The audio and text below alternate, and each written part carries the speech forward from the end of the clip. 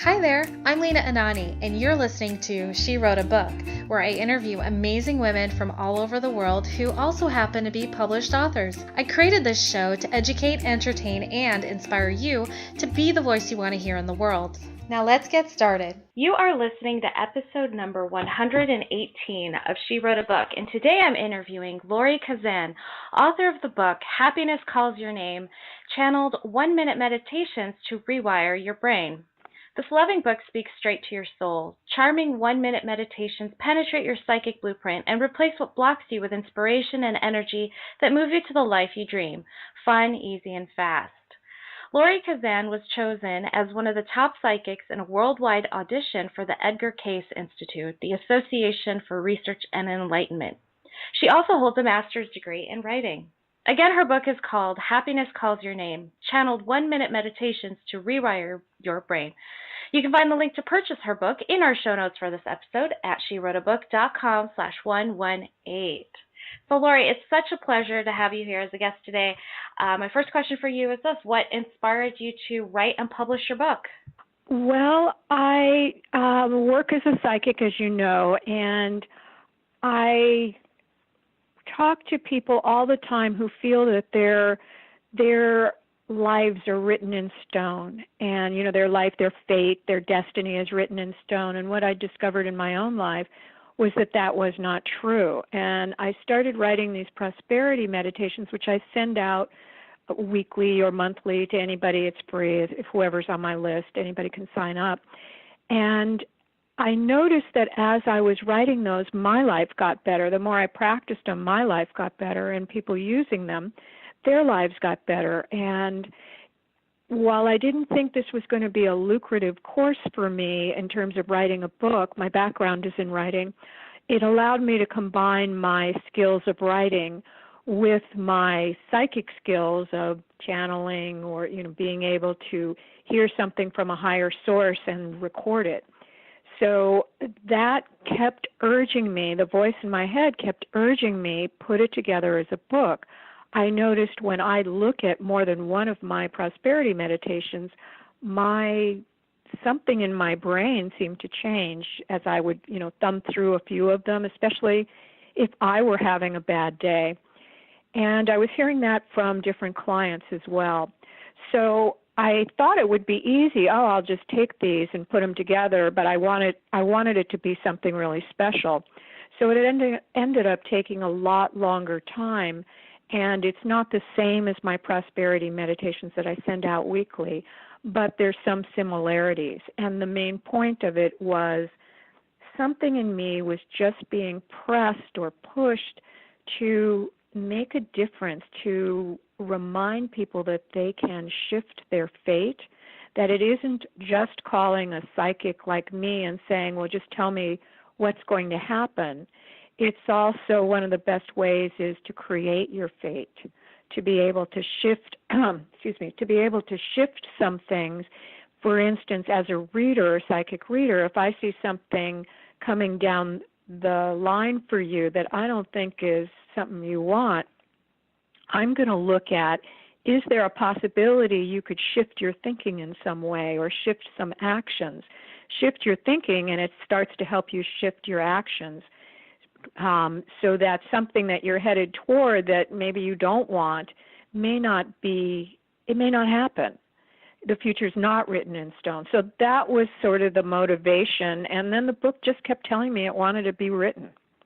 Maybe that's the simple answer. I gave you a very long answer. Maybe the simple answer is I kept saying no, I don't have the time, I'm busy, and but it wanted to. Well, I love the honest answer because it's not an overnight journey. Writing a book is literally it can be 3 years of your life and you have no idea that you're actually writing your book. And it ended up. So I love that you highlighted all of that, highlighted that process. Yeah, it ended up taking a lot longer, and I wanted it to be. I had this vision that if you were kind of lazy and you didn't really want to do any extra work and you bought my book, I wanted it to be so beautiful, like the cover and the writing and everything on it. I wanted it to be so conscious that it could be sitting on your night table, for instance, and just emanate beauty. just emanate healing, even if you never opened it. So that was part of my lofty goal. That's amazing. I love that. I love that you took the time to create a product that's beautiful. You mentioned that this journey or this process of writing these meditations created a better life for you and for your readers. And I'd like to know a little bit more, like, do you have any kind of specific examples of how it bettered your life and how it bettered your readers' life?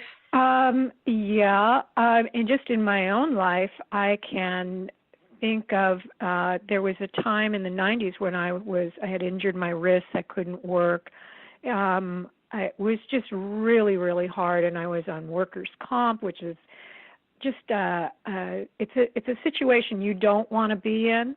But like any situation, it has its gifts, and I felt so much at the effect of my circumstances, and as a writer, not being able to use my hands, and because I'd injured my wrists, and I started to use what I knew of sort of psychic development, just so I could be in the process and try to heal myself, but also using things like affirmations, creative visualization.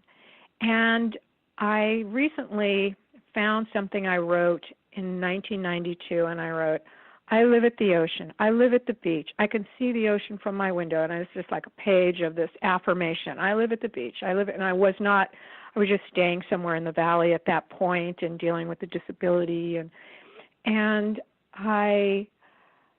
from that, at the end of that list, and I wrote, but I don't see how this could ever happen. And as I found this list, I'm sitting in my place where I currently live, which is at the beach, looking out at the ocean. So I had, one of the ways in my life, it didn't look in 1992. I'm glad I wrote that at the bottom of that list of affirmations, that I didn't see how anything like that could ever happen given where my circumstances were at that point. And I'd found that a lot of times by using that process, things did change, and they changed. Sometimes it took a couple years, but they changed. And to hold on to that place, because living at the effect of circumstances, especially circumstances that I didn't like, was beating me down and was just recreating the negative loop. In terms of my clients, I have lots of testimonials. Usually they're more from readings, but in the readings I do with people, I also work on doing healing and on changing mindsets, especially if I see the mindsets are creating a kind of negative loop that my feeling is you don't have to be a psychic to predict that loop is going to take you into a direction that maybe consciously you don't want to go. I don't know if that answers your question. Yeah, it did. Thank you. So give me a little bit more. Can you give me an example of one of the meditations in your book? Let me open one to a random one. What do we need to know today? And let's hope it's one of the better. Oh, let's hope it's one of the better ones. Because I love that. My favorites. Okay, what do we need to know today? Okay, love comes to me. Love comes to me from everywhere it knows how to be. As end of night awakens day, so loving thoughts bring more and more love my way. Life is rich and fulfilling. I feel it with every breath I draw in. I am safe and sound. Beauty abounds and abundance reigns over all. And then there's a for today suggestion, which is be gentle with yourself and others. So one of the ways to use this book is just what I did, to open it to a random page. And if I'm having a hard day, I'll open it to more random pages and just start to re-educate my mind.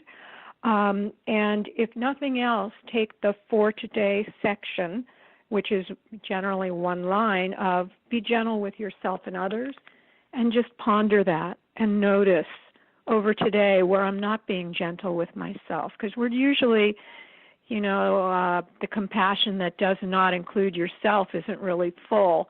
And very many of us do that. We want to be compassionate to others, but we think we're being realistic with ourselves, and we're really being quite mean. I love that. I love the practice of flipping to a page and getting the wisdom and guidance that you need. And I love that your book is set up that way too. That's so wonderful and practical. I like that. So Lorrie, what do you love most about being an author? Being able to say my truth, being able to go out to the edge of what I want to do or what I want to say. And when I say my truth, I also mean the truth that comes through me. Because the little me might want to kind of cling to the past and I don't know how this could ever happen and all that kind of stuff. But there's another part of me that's, the meditative part, the part that's open to higher mind, that hears these higher truths, here's something greater than the little human person is like, I can't do that, and I don't know if my clients can do that. So in being an author, it's being able to put those ideas in the world. And in my book, the foreword is written by Dr. Eileen Lapierre, and she wrote a foreword about how the mind works. She's a somatic psychotherapist. And she wrote a foreword about telling how the mind works and how we compare ourselves. And it's a simple foreword, but I can do the poetic part, and she can do more of the analytical part. So I like being an author in that we can put that voice in the world and we can put some beauty into the world. Books have inspired me my whole life. I just adore books in every form. Well said, well said. So, Lorrie, thank you so much for being our special guest today. We will have a link to your book in the show notes for this episode, and our listeners can find that at SheWroteABook.com/118 to learn more about our author and her inspiring book. Thanks again, Lorrie. Thank you. My pleasure. Thank you for listening to She Wrote a Book. If you enjoyed this episode, then subscribe now so you can automatically get access to all new episodes, and feel free to share your inspired thoughts with us in the comments too. I'd love to hear from you. Until then, may you always feel good and make magic.